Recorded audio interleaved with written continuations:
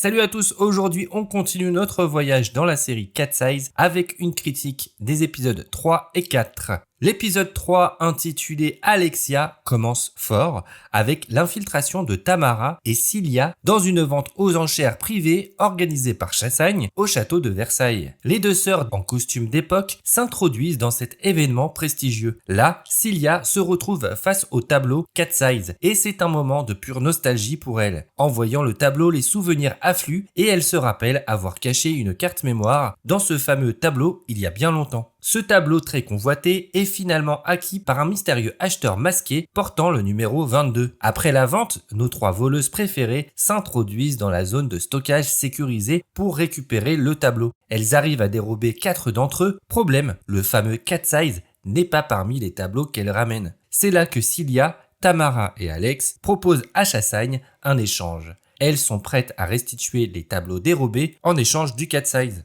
Un rendez-vous est fixé le lendemain à la Défense pour l'échanger. Déjà dans ce troisième épisode, j'ai commencé à ressentir une petite frustration. Cilia commence sérieusement à me taper sur les nerfs. Oui, elle est protectrice envers ses petites sœurs, ça je le conçois, mais dans cette adaptation, ils ont trop accentué son côté grognon et râleuse. Ce n'était pas du tout comme ça dans le manga, dans mon souvenir. Cilia a toujours été la leader, prête à tout pour sa famille, mais là j'ai l'impression qu'elle passe plus de temps à râler qu'à agir. C'est dommage parce que ça rend le personnage un peu caricatural et franchement antipathique. Et puis, il y a cette pseudo-rivalité entre Tam et Gwen Asaya. Sérieusement, c'est quoi cette histoire? Non seulement c'est cliché, mais en plus, dans l'œuvre originale, Asaya ne sort même pas avec Quentin. Pour ajouter à l'absurde, Gwen est censée être le sosie de Tam, ce qui à l'origine donnait lieu à des quiproquos hilarants. Ici, ils en font un banal triangle amoureux qui n'apporte rien à l'histoire.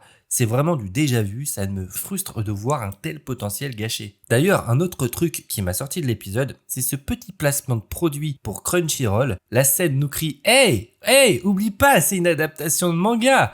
Franchement, ce genre de placement de produit brise complètement l'immersion. On est censé être dans une intrigue tendue et voilà qu'on nous balance un spot publicitaire déguisé. Ça casse vraiment la suspension d'incrédulité et pour moi c'est clairement une faute de goût. Les scènes d'action au château de Versailles, honnêtement elles sont loin d'être palpitantes. C'est censé être un épisode clé avec des enjeux importants mais je n'ai ressenti aucune tension. On est loin des grandes heures du manga où chaque braquage était une montée d'adrénaline. Côté réalisation, l'épisode 3 est un peu plus rythmé que les précédents, mais il y a toujours des problèmes. La photographie, par exemple, est franchement moche lors des scènes à Versailles. Ce qui m'a frappé, c'est cette tendance à mélanger des couleurs criardes qui ne collent pas du tout à l'ambiance. Pourquoi diable le vert et le bleu sont-ils omniprésents quand tu décides que la photo est dans un jaune, un peu doré? Même dans les sous-sols du château, ils ont mis ce bleu et ce vert. Ça crée une atmosphère bizarre qui ne colle pas à l'élégance de Versailles. Franchement, je ne comprends pas du tout ce choix. On dirait que le directeur photo voulait donner un style visuel distinct, mais ça marche pas du tout.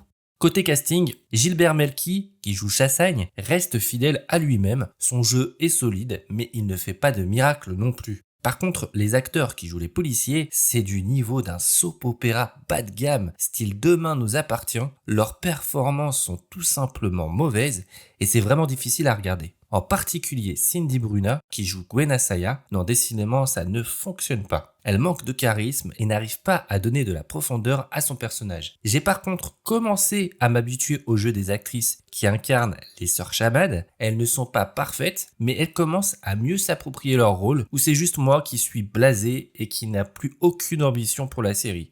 Passons maintenant à l'épisode 4 intitulé Quentin.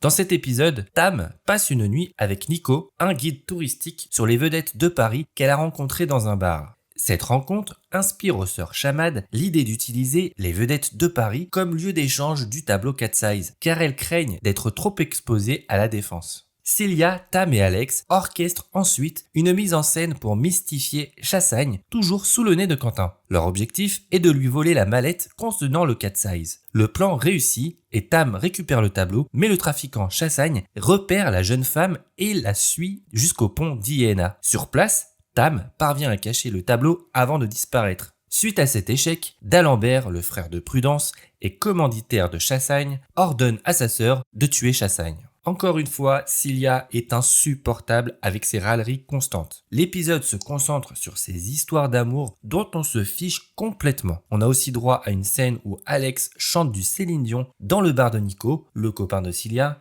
C'est censé resserrer les liens entre les sœurs, mais c'est juste gênant en fait. Et sérieusement, où est passé le budget de 25 millions de la série à part dans les monuments de Paris ? L'intrigue autour du Trocadéro et de la péniche est d'un ennui mortel, alors que c'est censé être l'intrigue principale. Aucune tension, aucun rythme. La procédure pour voler Cat Size est vue et revue. Franchement, on a vu ça des centaines de fois dans des films ou des séries. Donc vraiment rien de palpitant. Pour la réalisation de cet épisode, c'est un calvaire. La mise en scène est plate et manque d'originalité. Il n'y a rien qui captive vraiment l'attention et les décors ne sont pas exploités à leur plein potentiel. Quant aux acteurs, je suis désolé de le dire, mais c'est toujours aussi médiocre. Les performances ne parviennent pas à sauver l'épisode de ses défauts scénaristiques et structurels. En somme, ces épisodes de Cat Size ne font pas honneur à l'œuvre originale. J'espère que les prochains épisodes sauront redresser cette barre bien basse, j'en suis pas sûr. Partagez vos impressions dans les commentaires, j'aimerais savoir ce que vous en pensez aussi. On se retrouve bientôt pour discuter de la fin de cette série. Salut!